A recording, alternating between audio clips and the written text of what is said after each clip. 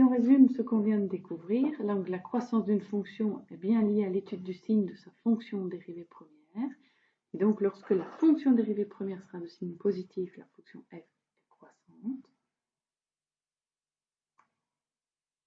De même manière, lorsque la dérivée première sera de signe négatif, alors la fonction sera décroissante. Et on a constaté que lorsque, sur le dessin précédent, la dérivée première était nulle, alors on avait un point à tangente, un minimum ou un maximum.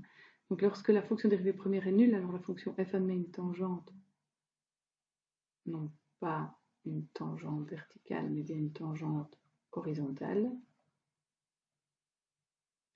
Et la courbe d'un point sera représentée soit par un maximum, ici, soit par un minimum. Mais il est aussi possible que ce soit le moment où la fonction va changer de courbure. On appelle ça un point d'inflexion. Au point ici, la tangente sera bien horizontale, donc avec une pente nulle, d'où la dérivée de signe nul. Mais ce n'est pas lié à un maximum ou un minimum, c'est simplement que la fonction qui était ici, à cet endroit-ci, avait une courbure située vers le bas, alors que de l'autre côté du point, la courbure est ouverte vers le haut. C'est ce qu'on appelle un point d'inflexion. Donc si on résume tout ça dans un tableau, on a en réalité ceci. Donc lorsque on a nos différentes racines qui sont exprimées dans la première ligne, on a des successions de plus, de 0 et de moins au niveau du signe de la dérivée. Et en fonction de ce qui se passe d'un côté et de l'autre de ces racines, on aura affaire soit à un point d'inflexion. La fonction monte, continue de monter après, mais entre les deux, il y a un passage entre guillemets où la tangente va être horizontale. Donc là, on est dans cette situation-ci. Elle monte, elle se couche, puis elle continue de monter. Si par contre elle monte, elle s'annule et puis elle descend, là on voit clairement qu'on est en train de tracer un maximum. En x3 ici, on a fait le cas où elle est en train de descendre, la tangente s'annule à une pente qui s'annule et puis elle continue de descendre. C'est que la fonction ressemble à quelque chose comme ceci. La fonction n'arrête pas de descendre, mais en un certain point, ici x3, on constate qu'on a une tangente horizontale et donc une dérivée première nulle. Et puis, dernier cas de figure, si elle descend puis qu'elle remonte, c'est qu'on vient de passer à un minimum. Alors, les exercices, ce sera parfois de dériver, étudier le signe de la dérivée et puis établir le tableau de signes correspondant. Mais vous pourriez aussi, comme dans l'exemple ici en dessous, être amené à tout simplement relier une fonction au graphique de sa dérivée.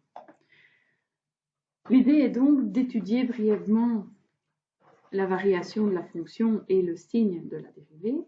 Ici, par exemple, pour la première, on voit qu'elle descend, on a un minimum en 1, 0 et puis elle monte. Eh bien, on va devoir trouver une dérivée qui, elle, évidemment, pour laquelle il va se passer quelque chose en 1, c'est le point de référence. Si elle descend, c'est que la dérivée sera négative. Si elle monte, c'est que la dérivée sera positive. Et on constate que le graphique pour lequel il se produit quelque chose en 1, c'est celui-ci, puisqu'on a une racine en 1. Avant cette racine, c'est négatif, et après, c'est positif. Donc ça confirme le minimum.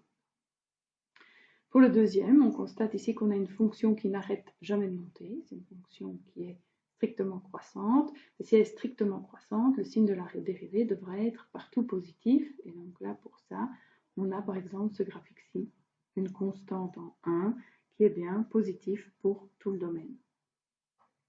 Troisième exemple, vous avez une fonction qui décroît, qui possède une asymptote verticale en 0, et puis qui décroît à droite de 0 également.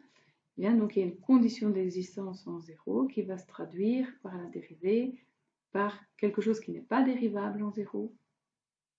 Puisqu'elle est décroissante à gauche comme à droite, on retrouve pour la dérivée le signe moins aussi bien à gauche qu'à droite. Et le dernier, vous avez une fonction qui monte, qui possède un maximum en 0,11, qui descend, possède un minimum en plus ou moins 1,56 et puis qui remonte. Ça veut dire que pour relier au graphique de la dérivée, vous allez devoir trouver quelque chose qui est positif, puisque ça monte, qui s'annule, qui est négatif jusqu'en 1,56 et puis qui redevient positif au-delà. Donc là, vous avez Ici, quelque chose du second degré qui est bien positif s'annule en 0,11, qui est négatif et s'annule de nouveau en 1,56 avant de redevenir positif. Voilà pour le genre d'application de l'étude de la croissance d'une fonction à l'aide de la dérivée première.